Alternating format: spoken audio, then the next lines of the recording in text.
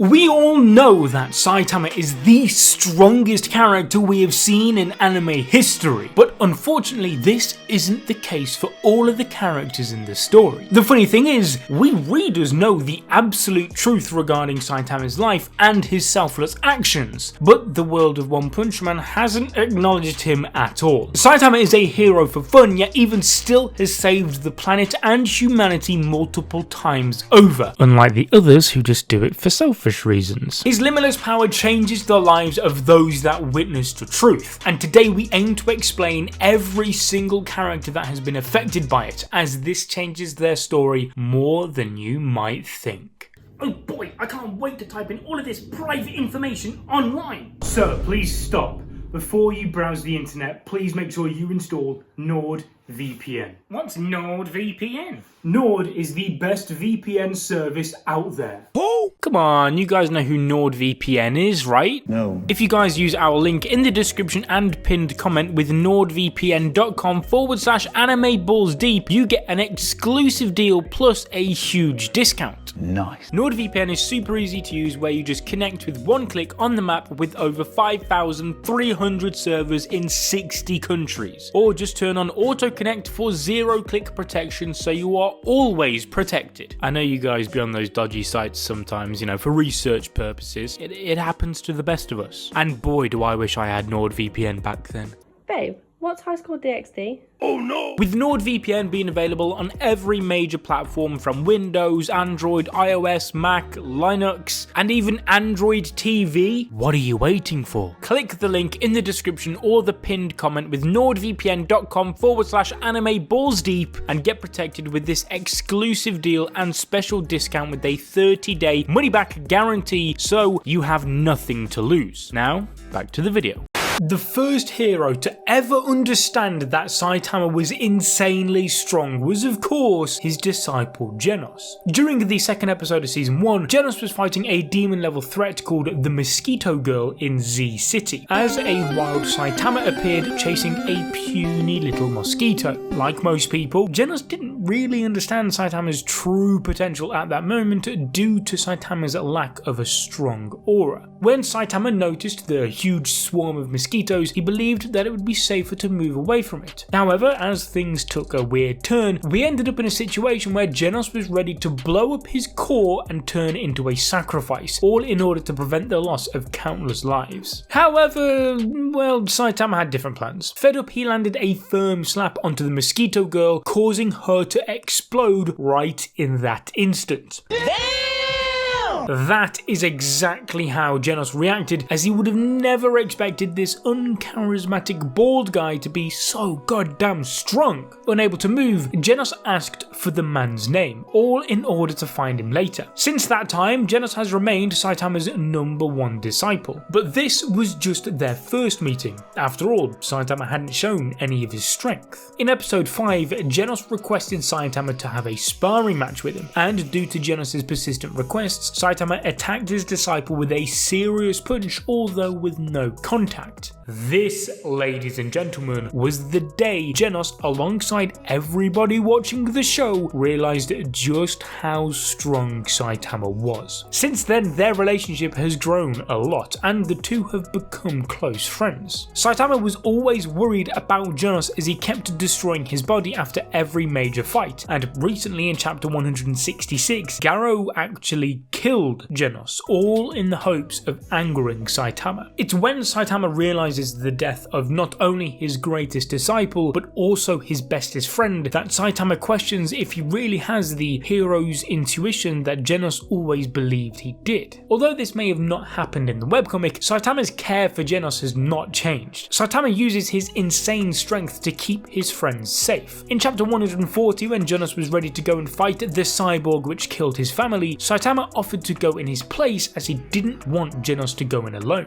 Although Saitama claims that this this is because he didn't want Genos to break. Dr. Kiseno says how it is because Saitama doesn't want Genos to turn into a vengeful demon and lose sight of the hero he has become. This is the real truth behind Saitama's care for Genos and why he looks out for him. He does not want to lose his friend. Saitama tries to get Genos to understand that his worth doesn't simply stem from his strength. Who he becomes as a person is as equally important. Saitama is the hero Genos needed, as the caped Baldy is the one helping Genos ironically go from the demon cyborg to the human cyborg. Hence why Saitama makes it a point to Genos that his heart grows stronger even if he may feel weaker. Then there comes Fubuki, the other half of the Psychic Sisters, and she was one of the earliest characters to gain enlightenment. This hot, sexy, strong, amazing hero ruled over Class B with her...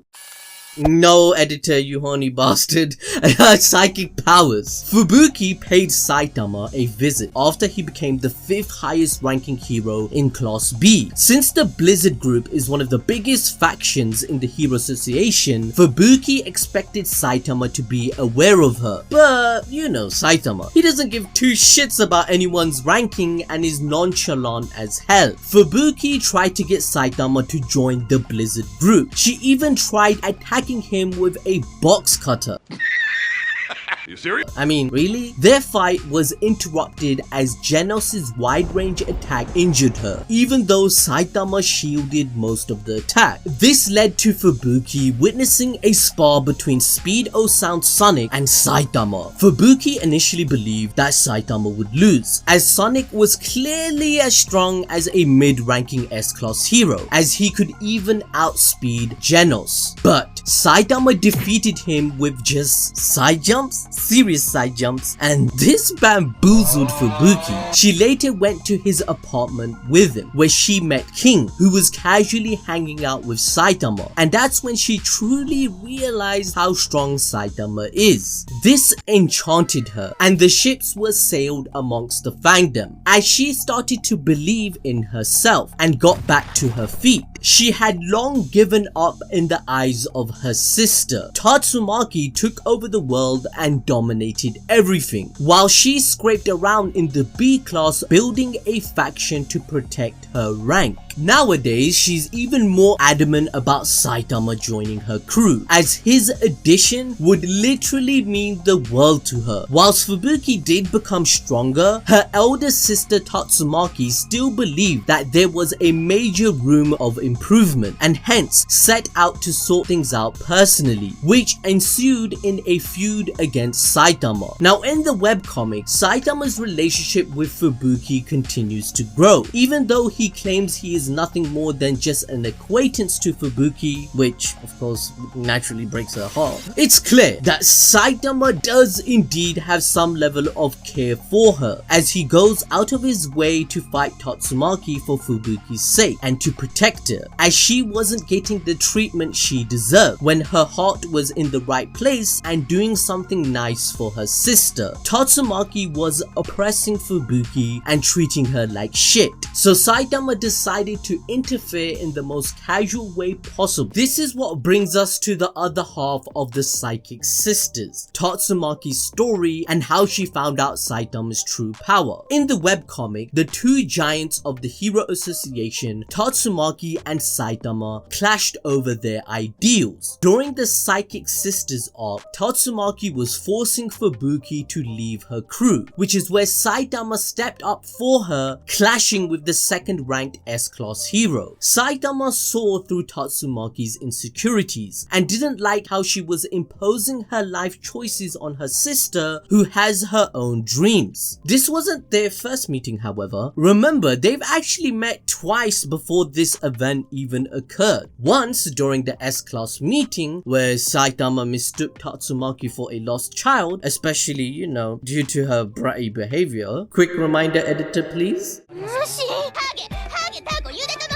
And this This annoyed the S-Class hero a lot, so she decided to insult Saitama due to his rank. However, this also happened once before, in the canon audiobooks, where Saitama was working part-time at a festival in the haunted house section, mistaking Tatsumaki for a lost child. Again, as expected, this annoyed her, so she tried to use her powers on him, but to nobody's surprise, this didn't work. Pre-training Saitama was already immune to psychic abilities. Now let's fast forward back to the webcomic. This time, Tatsumaki was forcing Fubuki to be independent in the same way as her because of her traumatic childhood that she had. Tatsumaki and Fubuki's parents sold the elder one off as she was too much to control, and this poor 10-year-old child was used as a lab rat. Growing tired of this hell that she was living, Tatsumaki started hiding her power, pretending she had lost it, and this was in hopes of being released from her prison. However, that didn't really go as planned when one of the experimented monsters went berserk and started destroying the facility. Everybody ran away except for the locked up Tatsumaki, who was going to become the monster's food. However, in a sudden change of events, Blast, the #1 hero, showed up in time to save this little girl because he was seeking one of God's cubes that was located in the facility. This is when Tatsumaki was given her biggest life lesson. Blast asked Tatsumaki to only trust herself and that no one would ever come to help her. Whilst this got Tatsumaki to not just survive, but she became the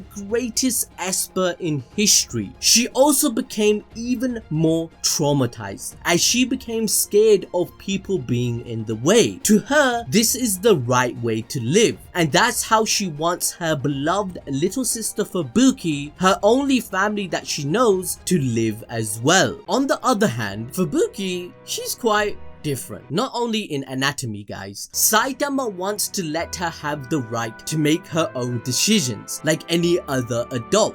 This led to another classic fight where Tatsumaki, although still recovering from a split head injury, and in the manga it's the radiation on top of that, being near death, she tried to crush Saitama, and you wouldn't guess what happens. She fails. Mission failed.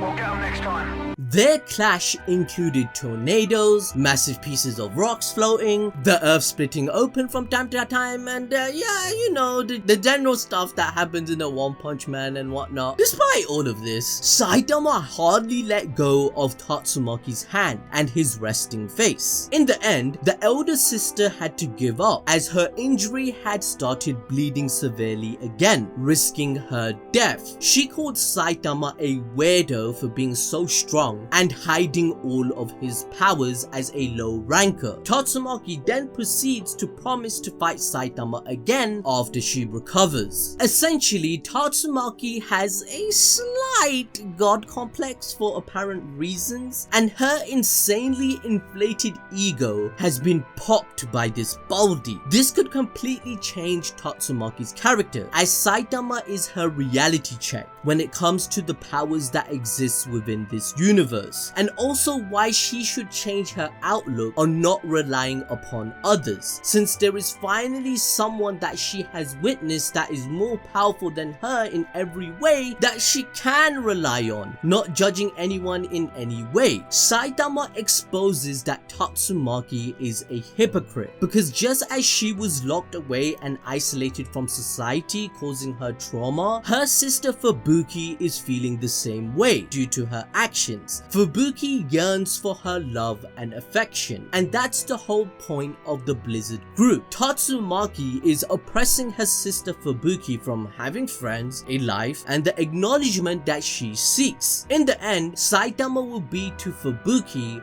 what Blast was to her sister, the hero that helped her escape, providing a second chance at her life, and Tatsumaki will recognize this. Next up on the list is Bang, better known as the S-Class rank 3 hero Silverfang, and he was the second hero to witness Saitama's overwhelming strength. In the 7th episode of season 1, a massive meteorite of about 200 meters in height was about to hit City Z after a sudden change in its trajectory. This meteorite was declared to be a dragon level threat, and its clash would cause the whole of City Z along with the numerous neighboring towns to get destroyed. Therefore, the Hero Association requested for a major helping call from all the S-Class heroes. However, only 3 S-Class heroes were close enough to reach in time: Genos, Bofoi, aka known as Metal Knight, and Bang. Metal Knight attacked the meteor with its super missiles and stuff, but couldn't even make a dent. Genos tried his hand too and even fired off his incineration burn attack at full power. To no avail, of course. Everyone failed, and Bang, even though he was the highest ranked hero available, couldn't do anything as he's a martial artist and lacks the range to even try to stop the meteor. This is when Saitama showed up, and Bang was surprised by Saitama's arrival and asked him who he was, to which Saitama said, "I'm a hero," and BAM! Saitama jumped into the sky, almost collapsing the building he and Bang were standing on, and boom! Bang, a rank 3 S-Class hero, had never witnessed such peerless strength coming out of a single person, and he was absolutely flabbergasted. He even admitted to himself that Saitama is quite literally the strongest man on the planet. In fact, Bang was so impressed that he even dropped hints of his existence to another S-Class hero, Atomic Samurai. Being the rank 4 hero, Atomic Samurai is extremely confident in his skills, and yet Bang claimed that a hero who is stronger than all of his disciples and the great Atomic Samurai himself exists, and the two will meet him soon. This is a major deal, as earning respect from Bang is tough enough already, but to mesmerize the greatest martial artist to have ever lived at the time is a feat in itself. Hence, Bang found Saitama to be a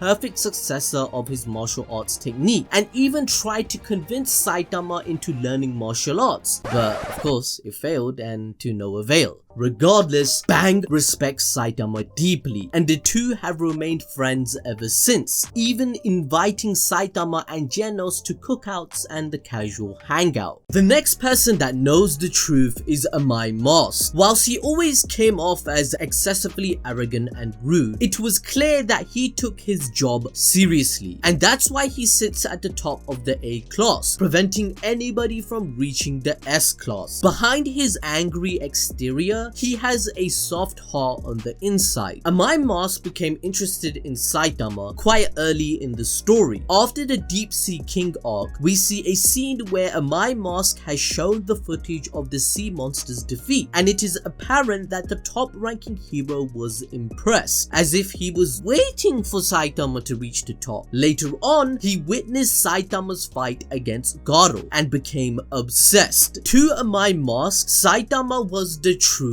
hero, the gold standard of overwhelming power, and because of this, he had aspirations to transform Saitama into the world's greatest superhero and give him the merit he deserves. But there's a secret behind why he intends to do that. Amai Mask started comparing every hero who entered the organization to Saitama, using him as a level of standard at all times. Eventually, Amai Mask revealed the fact that he was a half monster, and how his shape-shifted human form was just an exterior.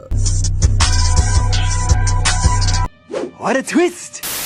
This was a big deal, as the most handsome hero known to man was actually a monster in disguise. This is where people started showing their true colors, as they instantly felt disgusted and tried to step away from the Class A rank 1 hero. This shared duality was heart-crushing not only to the readers, but Amai Mask as well. Civilians and heroes instantly discredit his humanity and good deeds as soon as his monster side is revealed. This is why Amai Mask wanted it hidden at all times and was insecure about it. The perception of his beauty is instantly taken a 180 up to a moment ago. Initially seen as a hero ready to risk their lives and watch him fight a dragon level threat alone, it was switched to an ugly monster, and Amai Mask being instead perceived as evil that should be stripped of his status and hard work. Amai Mask had to reveal his true form due to the very people he intended to save, and now these people believe him to be the same as the monster he just killed that was against humanity. See, now that's some bullshit. This really highlights why Amai Mask was so obsessed with his physical features and why he was scared of extreme ugly monsters like Fura Ugly. All of this was simply the trauma burned into his heart by the very people he risked his life to protect. This is a clear jab at our celebrity culture, as the stereotypically good-looking men and women are put on a pedestal, where the overbearing responsibility to look good enough forces them into hellish routines. Amai Mask represents the unrealistic expectations people put on anybody who even dares step near the spotlight. Whilst it is important to set a bar for someone, especially a hero, this is not the right criteria to judge them upon. Throughout the series, multiple heroes and storylines have pointed towards the prejudice that is associated with these beings known as monsters, which in itself can be considered as a derogatory term. Saitama meets Amai Mask in his monster form and states that he doesn't care about all of this, and for him, Amai Mask is still Amai Mask and a human that does selfless acts. This brings a major sense of relief to the hero, as the one he calls the perfect hero, who is Saitama, lives up to his expectations and is truly an amazing individual. But it also brings the sadness of knowing that others will never see this, and Amai Mask will have to throw away this personality forever. Zombieman, the 8th highest ranked S-class hero, has been popular since the very start, all due to his cool name, Max Payne-like design and wit. But Zombieman was displeased with Saitama's presence in the start due to the major difference in rank between the two. Even though Dr. Genos, the guy who made him immortal, stated that Saitama was strong, Zombieman never believed him. That was until chapter 90 of the webcomic, where Saitama fought Garou and absolutely decimated him. In this scene, you can see that Zombieman witnessed Saitama's overwhelming strength in all of its glory, with no chance of a facade or a weakened enemy. He wanted to believe that it was because all of the S-class heroes fought Garou, but deep down, he knew the truth. That's exactly why he went back to Dr. Genos after the Monster Association arc. Zombieman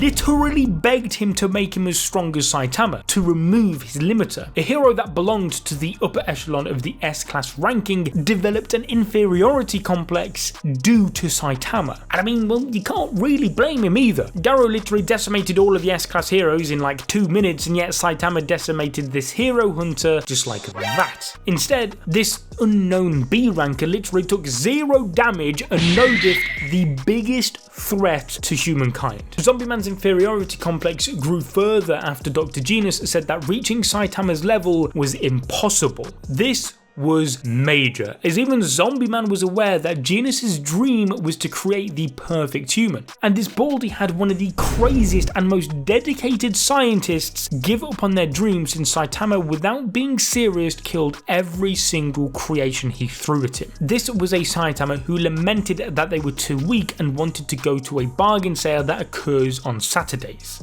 Seriously, that's all the motivation it took for Saitama to no-diff everyone. Zombieman persisted as it seemed like he was ashamed due to how weak he was. For now, Saitama left his mark on the S-Class hero as Dr. Genos now agrees with Saitama's theory that people are powerful because they can adapt without monsterization, cybernetics, genetic engineering, or drug regimes. Next up is a man that claims to be the fastest hero on the planet.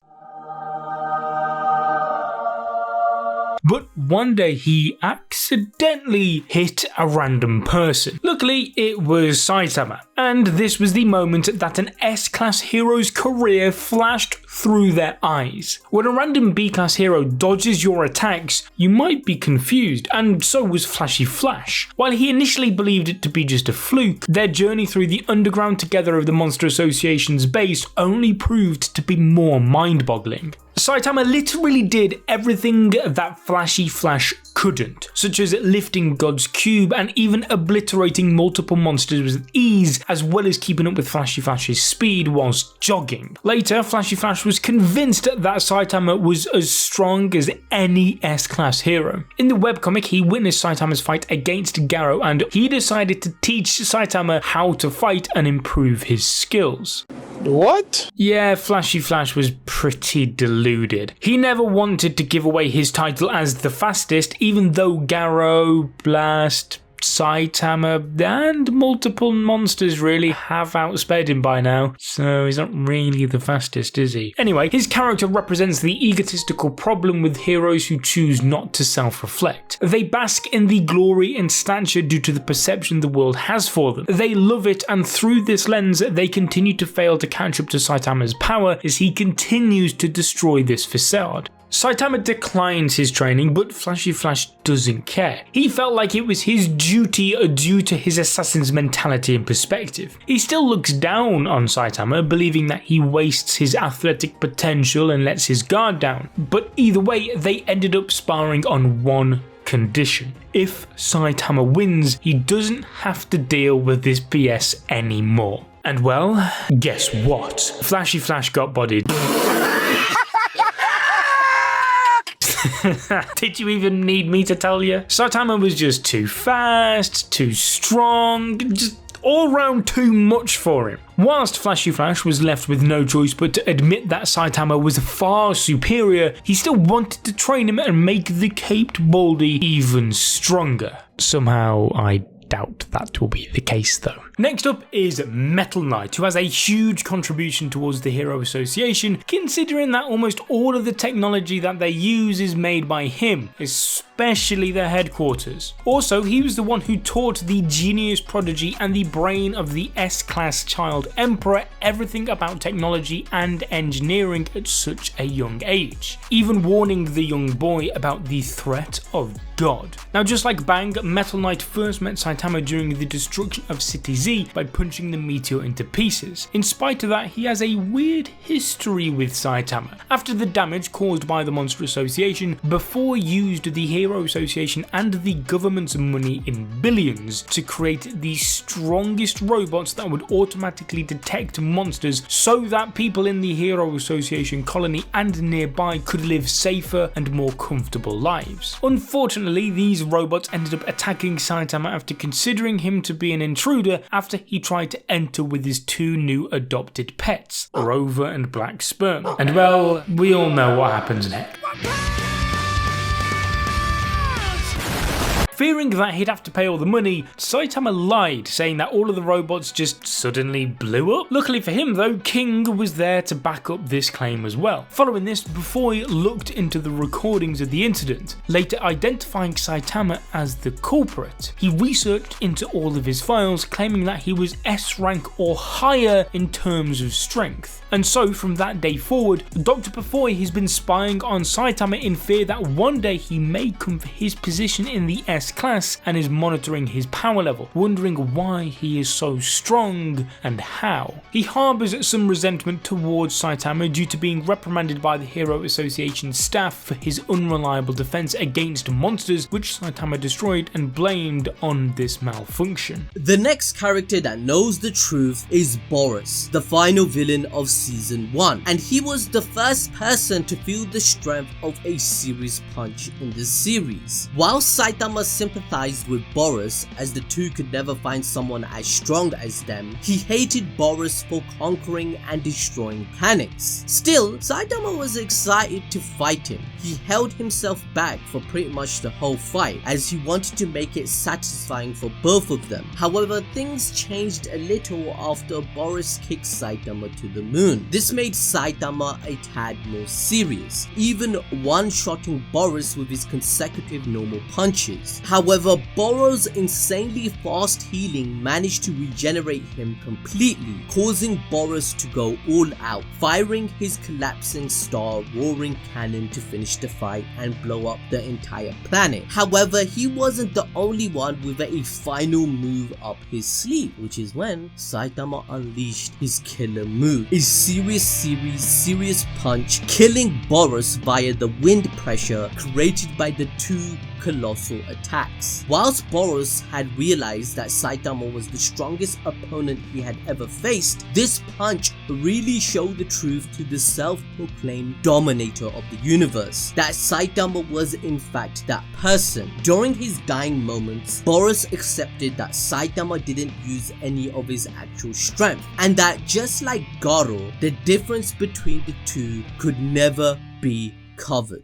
Now, whilst many people know about Saitama's true power, only a few know him as a person. One of such people is of course King, the strongest man on Earth. Whilst King was living his normal life, pretending to fight monsters and playing idle games at home like a NEET, something unusual happened. A random bald dude climbed into his house, which was on one of the top floors. This was obviously Saitama, who wanted to ask King a question. Why did he not fight G5? At first, Saitama assumed that this was because King was just simply too strong, just like him, and didn't want to fight anybody. However, things took a slight turn as a massive bird monster attacked King's apartment. King is obviously weak and had shat his pants by this time, if we're being honest. And whilst he believed that both he and the bald guy were gonna die, this wasn't just some random bald guy. This was of course the caped Baldy himself, and hence he one-shotted the bird. This is when King realised that Saitama had actually saved him multiple times, and it was his feats that people believed to be King's, hence calling him the world's strongest. King also realised that it was a pre-bald Saitama who'd actually saved King on the day he got his iconic scar. Saitama also advised King to just work hard to become strong like him, and whilst King tried, he couldn't even do a few push-ups. Nonetheless, the two have remained to be the best of buddies since that day and help each other out regularly, both against monsters and in just general real life. For King, Saitama is pretty much the only guy he can show his true self to, and for Saitama, King offers him a different, optimistic perspective, and they also play and share video games together, which is one of the only sources of Saitama's entertainment in his mundane life. To me, the moment that shows King's true value for Saitama is when the two randomly met on a street when Saitama was depressed. You see, he went into a downward spiral. We all know what happens when he does. I mean, just look at chapter 167 for crying out loud. Saitama was getting absolutely burnt out by his daily life as it was becoming mundane. All of the new experiences that he had recently meant nothing and didn't give him the exhilaration that he required. Being too strong stripped him of multiple emotions such as excitement, anxiousness, and many more. He had started wondering if all of this was even worth it and what he could possibly do now, which is when King delivered a beautiful speech to Saitama. He informed him that he will not reach his full potential if he only tunnel visions on his power. To become the ultimate hero, he must ditch his god complex and simply become more in touch with his human side. Although Saitama is limitless in power, he isn't in other categories as a human. Humans should strive for purpose and live life in the moment for as long as they live, and that is why he should view life through a different lens. King then offers him a challenge in video games whilst handicapped, because it is an example of something Saitama isn't limitless in. At the end of the day, King has complete faith in Saitama because of his boundless strength in many ways. We now move on to Speed O Sound Sonic, a shinobi from the ninja village, and he's one of the earliest recognizers of Saitama's true strength. In episode 4 of season 1, Speed O Sound Sonic felt Saitama's strength as well, and in the worst possible spot. Ding the notification bell, guys, just like Saitama did. Unfortunately for Sonic, this happened more than once. That day, Sonic was outsped and utterly destroyed by Saitama, much to the ninja's shock. This caused Sonic to start training again and declaring Saitama as his eternal rival. Since that day, the two have clashed multiple times. However, the result has always been the same for Sonic: overwhelming defeat. Sometimes it's through sidesteps, through a slap, or well, again, dinging that bell. Every time Sonic faces off against his rival, he can never picture him winning. And so Sonic says how unless he defeats Saitama and wipes that thought off his mind, he cannot move on. The constant L's that he receives even forces Sonic to ingest monster cells in an attempt to try and catch up to Saitama's power level. However, even that wasn't enough, as seen in chapter 118 of the webcomic. The ninja village leader was one-shotted by Saitama, much to every ninja's shock. This made Sonic even more motivated to become as strong as Saitama, as even the greatest ninja to ever exist for centuries was no match for his eternal rival. Still, Saitama has always encouraged Speed O Sound Sonic to challenge him to a spar, as he likes people who train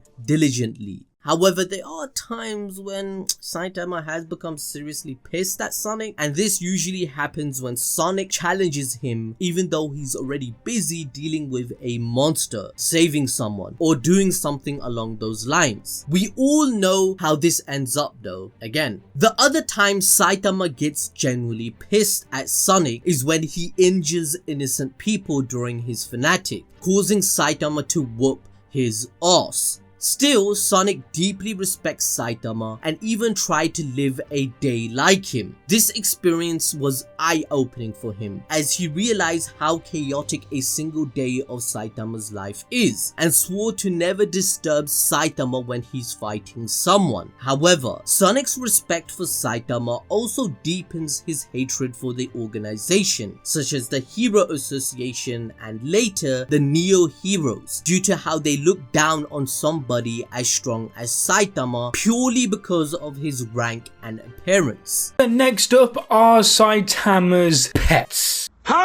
On our list of characters who are aware of Saitama's strength is Black Sperm. In the webcomic, Black Sperm witnessed the strength of Saitama in defeating both evil natural water as well as the awakened Garou. Black Sperm split into two as hundreds of his cells held Tario hostage, whilst the rest combined to become Gold Sperm, a being that went toe to toe against an injured Tatsumaki. Now, whilst Gold Sperm fought at such high level battles, he was eventually killed by Garou. Well, the thing is, one of Black Sperm's cells managed to survive the attacks and tried to hide away till the time things settled down. By the end of it all, Black Sperm was left with another dragon level threat, Rover. No, I mean the real Rover. That's right, this dragon level threat was hit by a half-assed punch by Saitama, which meant it survived. However, it did result in the beastly Rover turning into this cute little puppy to recover from the damage. Saitama Saitama, being Saitama, didn't really understand this and adopted the puppy. On top of this, the final black sperm cell also found salvation living with Saitama along with Rover as a pet, as he believed it would keep him safe due to the Caped Baldy's overwhelming strength. And you know what else you need to realize? You need to realize that power isn't given to everyone. And there's a character named Mumen Rider that tries his best to achieve what he can with what he's given. It should be apparent that a strong hero would recognize someone who's strong too. And guess who recognized Saitama's strength? Everyone's favorite bicycle thrower, Mumen Rider. During the Deep Sea King arc, Mumen Rider put up a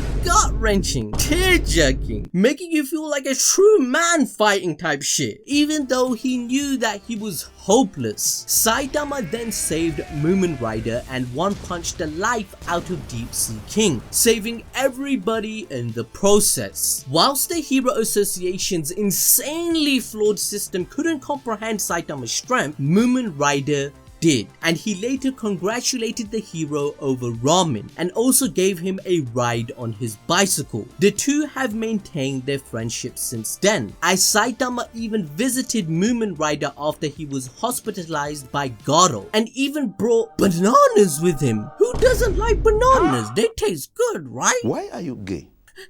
What am I even saying? You are gay. But honestly, it's a bit rare to see Saitama being so considerate, I'm not gonna lie. After Mumen gave all the information about the hero hunter, Saitama started wondering if he should stop this Garou guy in the tracks really early. Whilst the two are unaware, they were schoolmates once, and they might be the reason why both of them always feel so familiar and relaxed around each other. Next up we have Blast, the #1 hero of the world. Said to only step in when the Earth faces a god-level threat, Blast came to Earth to stop Cosmic Garou, who had partially accepted God's powers. Blast, for all these years, had formed the Avengers, where intergalactic beings from other planets or universes are working together to stop the unsealment of the celestial god on the moon. Together they protect humanity and justice throughout the cosmos. Now, whilst the whole Garou situation was surprising enough already, what really blew Blast's mind was an unexpected contender, Saitama.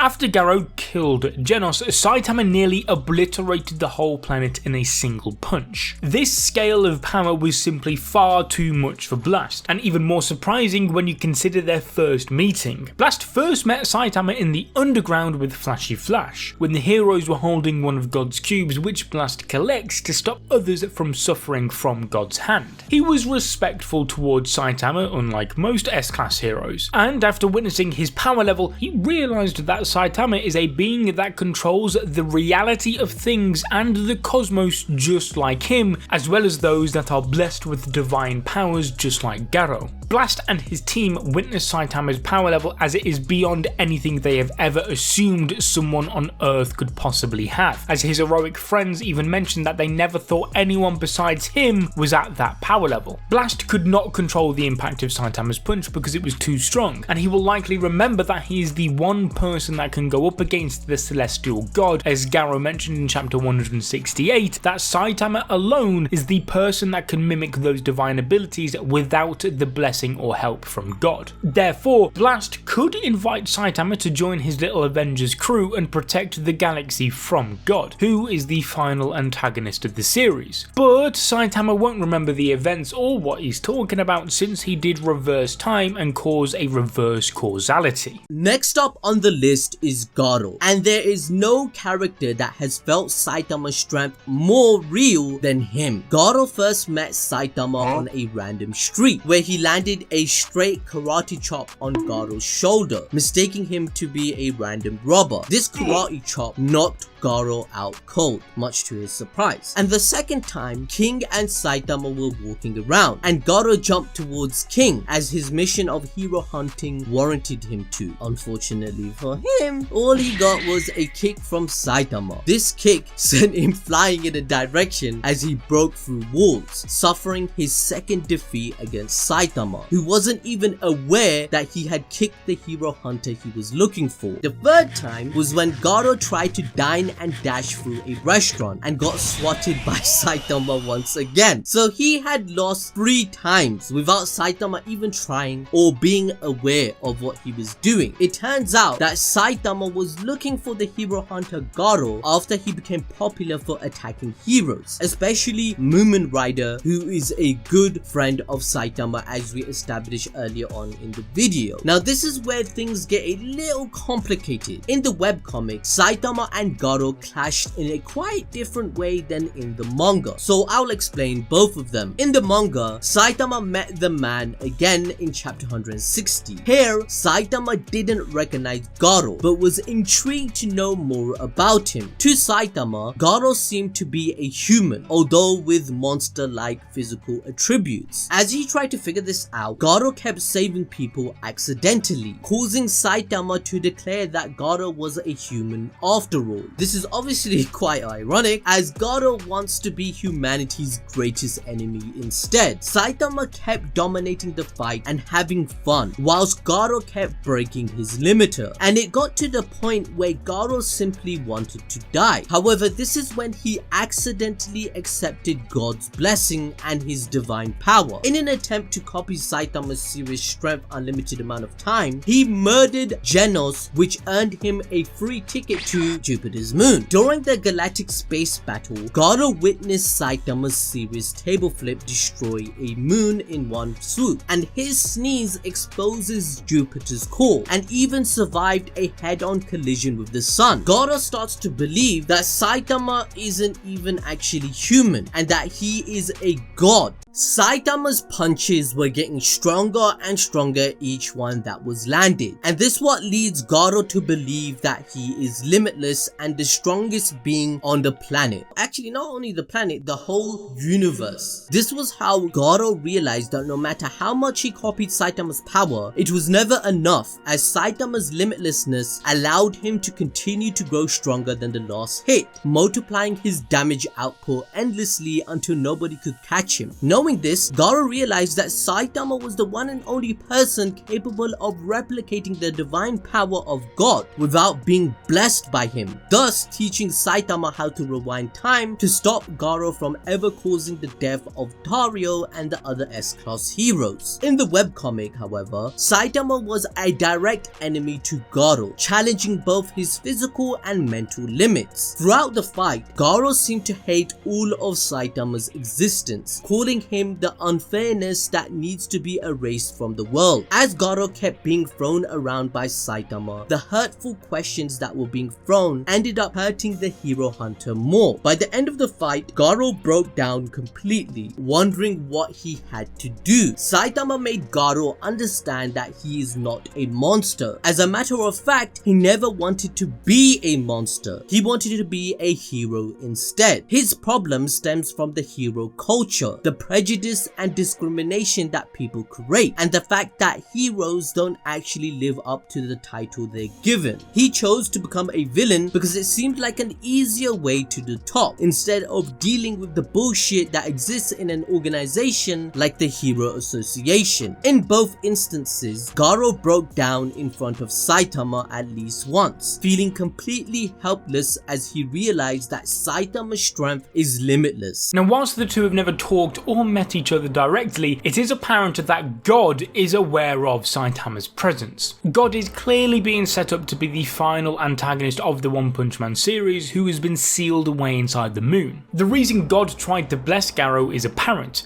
get rid of Saitama. It was even stated that the only way to defeat a fist that had gone against God is with the fist of a god, which is obviously this celestial being recognizing that Saitama is too strong to be under his influence anymore. Those with the notification bell on will know that we've covered God's plan intensively in our God series, which is on your screen right now, because I don't think anyone has a single doubt in their mind about the fact that Saitama is the only only being in the whole One Punch Man universe who could ever have a chance at defeating this god. Throughout the Monster Association arc, we see the moon watching over the fight, and during chapter 167 of the manga, we can see God spying as the vector of Saitama's and Garou's clash is changed, clearly indicating that God is observing the fight. And although direct contact hasn't happened yet, it shan't be too long until it does. After all, Saitama did touch God's cube, which acts as a transmitter, and in chapter 168, Saitama did hear God's voice as he stripped Garou of his power, killing him right before Saitama reset the timeline. So although he may not remember hearing the voice, he certainly has and can do again in the future. And with that, it is everyone. Now, if you enjoyed this video, make sure you click on the one on your screen right now because it is a good one. I'll see you over there.